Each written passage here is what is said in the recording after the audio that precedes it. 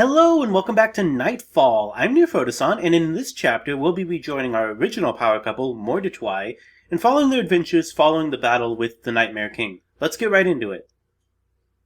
As Twilight and Mordecai leave the monastery, they discuss what their next move should be. I think we should celebrate. Mordecai says. Why don't we go to the concert? I'd rather go to the Grand Alliance. Twilight says. Oh, come on. Mordecai complains. It'll be a big concert. You'll get to see your favorite ex. I really don't like big crowds. Twilight says. Oh, well. Mordecai says. I guess it's off to the Grand Alliance then. Alright. Twilight says. Just don't make any sudden moves. Twilight and Mordecai go to the Grand Alliance headquarters, where the leader is discussing the recent events. So my fear has finally come true. Princess Peach says. The Nightmare King has been reborn. The Nightmare realm is more powerful than ever. The leader says. No, we killed him. Twilight says. I saw him die with my own eyes. You must have been dreaming. The leader says. There has been no sign of the Nightmare King. Maybe, but I'm right. Twilight says. I am a nightmare now. I was Nightmare Moon before. Interesting. The leader says. Can you prove it? How? I suppose you have powers of the dark arts. The leader asks. Yes? Twilight says. Show me. Twilight summons the dark arts to her side, and the leader calls upon her magics to examine her. By the gods. The leader says. You're right. When did you last sleep? Last night. Twilight says. You were out for a whole night. I suspect you had a good night's sleep. Your eyes are at their brightest. And you look as if you've lost some weight. Your cheeks are rosy. You've been sleeping well. And eating well.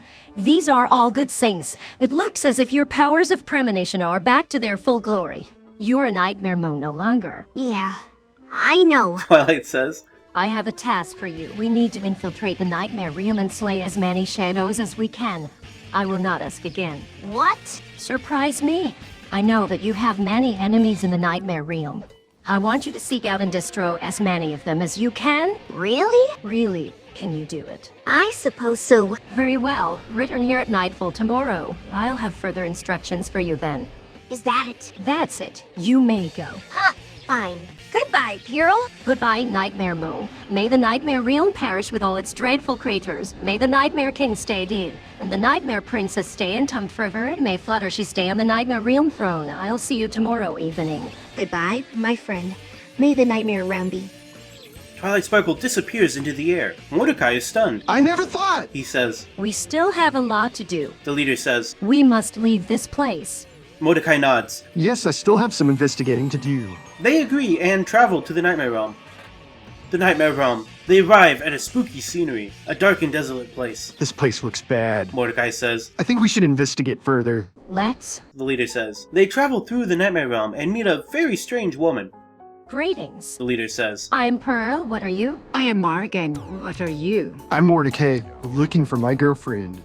A pleasure. I'm sure you've come here looking for the legendary Twilight Sparkle. She's rather difficult to find. Do you know how to use the... I know all about it. The woman interrupts him. I know all about your quest. You do? Yes, your target, the Nightmare Tyrant. The Nightmare Tyrant is a being unlike any other. His duty is to spread cause and fear. By his own hand, he seeks to create a realm of nightmares. He is an abomination. I want you to do destroying him. Will you aid me in this? We will. Mordecai says. Excellent. And let me take the lead. Follow me. They follow the mysterious woman.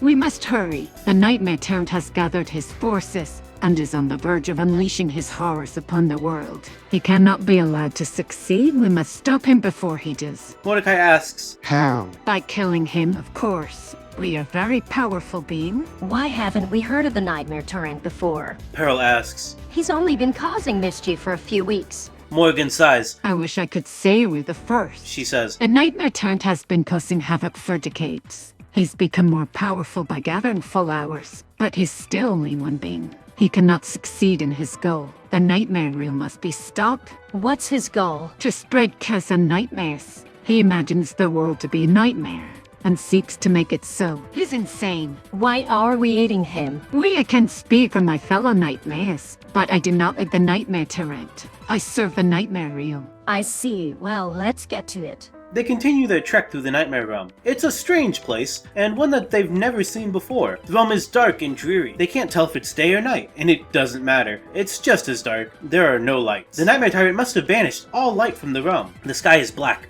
filled with twinkling lights. They appear to be tiny stars, It's beautiful. Then they pass a strange tree. It looks like a cross between a pine tree and a sequoia. The leaves are green and are shaped like crescent moons. The branches are black and twisted. What are those? Mordecai asks. I don't know. I've never seen anything like them. They continue to walk.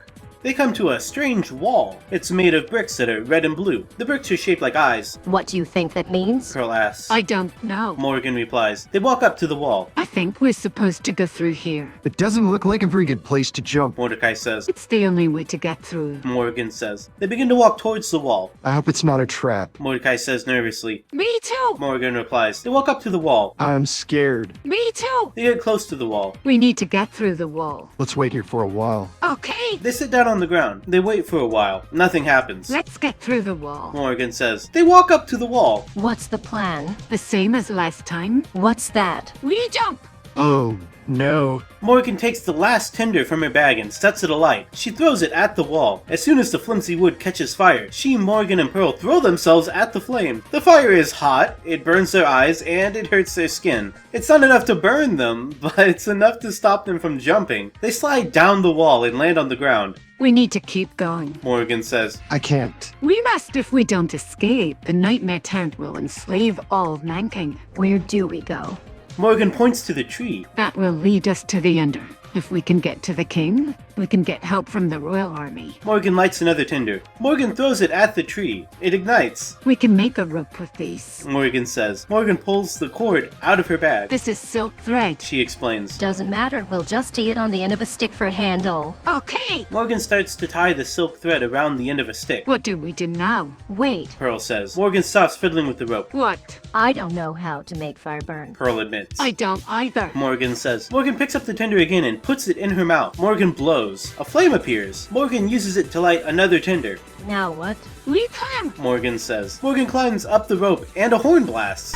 Morgan, don't fall. I'm fine. Morgan holds the stick out. Here. Pearl says. Morgan grabs the stick and climbs higher. She reaches the top. Now what?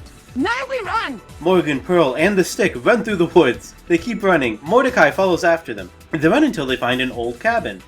That's it. Morgan asks. Morgan looks around the cabin. The cabin has 2 stories. The bottom floor has a living room, a kitchen, and a bedroom. The upper floor has a long hallway with 3 doors. Morgan opens a door on the ground floor. The room is dark. That's it. Ye, Pearl says. Morgan walks inside. She holds her candle out. That's it. ye. Morgan follows the wall inside. The room is long and narrow. The floor is dirt. There's a large doggy door leading to the next room. There it is. Morgan whispers. Morgan looks through the doggy door. She sees a large dog standing there. We got a big problem. She whispers. What? That's the Grey 10.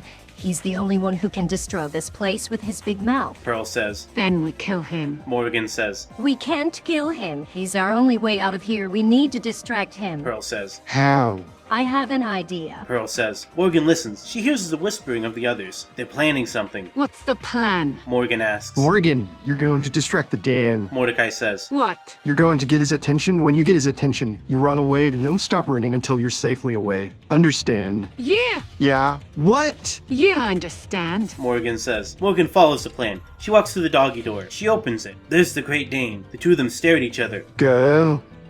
Morgan runs away. She runs down the dirt floor. The Dane begins to chase her. He runs after her. He runs in her dreams. He runs until he finds a way out of her dreams. Who are you? She asks. The The Dane replies. No, Right, He says. you're not scary. no, I'm not. That's right. Who destroy this place? What's your name? Ruby, He says. You can help. Rhea, Raging, Can Puncture, Playspace, Tree Cost, Cancer, Railway Choice, Can Rhea, Great, Ryan, Rhea, Release Nothing, and I always know. Report, Rhea, Illuminance, Speed. This is Centuria. Hi. An old lady says. Where are we supposed to get me? Oh, that's my leftovers. Hurry. You're leaving no choice. The lady says. The lady puts a piece of meat in Scooby's bowl. Scooby takes it and leaves. He runs away to the meat rack in the corner. He eats it. Now! Where? Morgan asks. She hears whispering again. Carol wants to know where you are. Don't you know that's how we keep each other down here? The sanctuary is situated in a dilapidated old house. It's surrounded by trees. There's a pond in the back. Why there's so many nightmare creatures here? Morgan asks. This place acts like a magnet. They gather here. Why? To trade, of course. Why do you think there are so many weapons and tools around here? Jews in the slave trade. The slave trade? Human beings are nothing but chattel. We are the property of the nightmare realm. A deep voice says. We are the property of the night, and nothing but chattel. Are the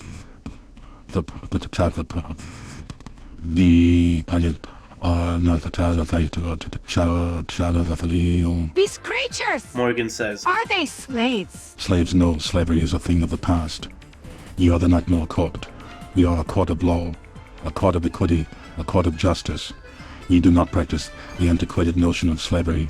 We are above such barbarity. What the mortals, they are your slaves, aren't they? By practice, perhaps. By nature, no. Mortals are free to come and go as they please. However, there are those who are enslaved by their own desires. Those who are bound to the service of the nightmare realm. Those mortals are free to come, but there are then who are those then come, however, by the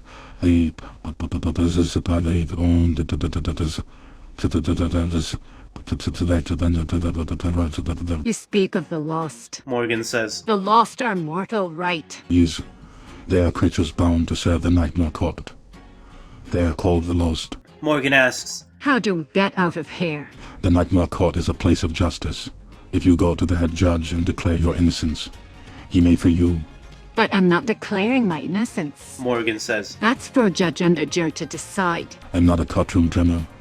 Puppet now answer my question. I want to go home. And I want a pony. I want a pony too. No, you don't. You are a Nightmare Courtier. A slave. I want a pony. No. I want a pony. No. Morgan jumps up and snarls. Find a pony! She gets up and trots off. You will get your pony when your pony is done. That pony is going to have a potty trained, you know. So, it's a pony. It's a nightmare pony. You can potty train a pony. The Nightmare Court can. No. Fine a pony. Not at all. Pony. Morgan leaves in a huff and tosses her head. Fine! Morgan returns with a stuffed animal. She snatches it out of midair and snarls. It's a cuddly toenail pony. Fine. Morgan hits the old lady with it. Fine! Morgan hits her again. Fine, you get a dink. Dink. A dink. No. Yes! Morgan snarls. Fine, it's a need. Now stop hitting me. Stop hitting you. Yes. Why? Morgan asks. She hits Twilight Sparkle again. Wait, Twilight. Morgan asks. When did you get here? You wanted a pony, right? Twilight asks sheepishly. No, I wanted a courtroom full of lawyers again. Well, we're not the ones arguing. The fact that you're here means we don't have anywhere else to go. Morgan decides she needs to bring Twilight back to Mordecai and Pearl. Follow me! She says, guiding Twilight out of the Nightmare Court. This is a strange place. You might get lost without a guide. Twilight follows Morgan. She sees a large number of Nightmare Realm creatures, and one of them looks very familiar. Twilight sighs. Where are we? We're going to the Gigantopithecus. Oh, what's that? It's a large ape. I know what an ape is. It's a large monkey, but that's... I don't know. I don't like these questions. Just answer the question, please. Fine, it's a large monkey, like. That's enough. Morgan takes her arm. Let's get back to your friends. She urges. Come on! But... Please. Reluctantly, Twilight follows Morgan. So, if you hadn't guessed, this is going to be another two-parters. I felt like we needed to kind of see what happens when Twilight rejoins with the group. I feel like this one got a little weird, but I think it fits well here in the Nightmare Realm. At any rate, I hope to see you again for the chapter 18, and if you happen to miss the previous chapter, here's a clip. The dagger will only work for good with the power of God in mind, he said. Any other use, and it will be taken and the power removed from the dagger and given to another. That will be evil. Oh. Lisa said. Allow me to demonstrate. He continued. Clutching the dagger, he turned, driving it into the heart of Bart. Bart? Lisa cried as her brother was stabbed by the magic dagger. The dagger was removed, and the body of Bart fell to the ground, dead. What happened? Ida asked. He stabbed my brother! Lisa answered, sobbing. I could not resist the power of the dagger. The King of the Silver River said. It doesn't look like you could.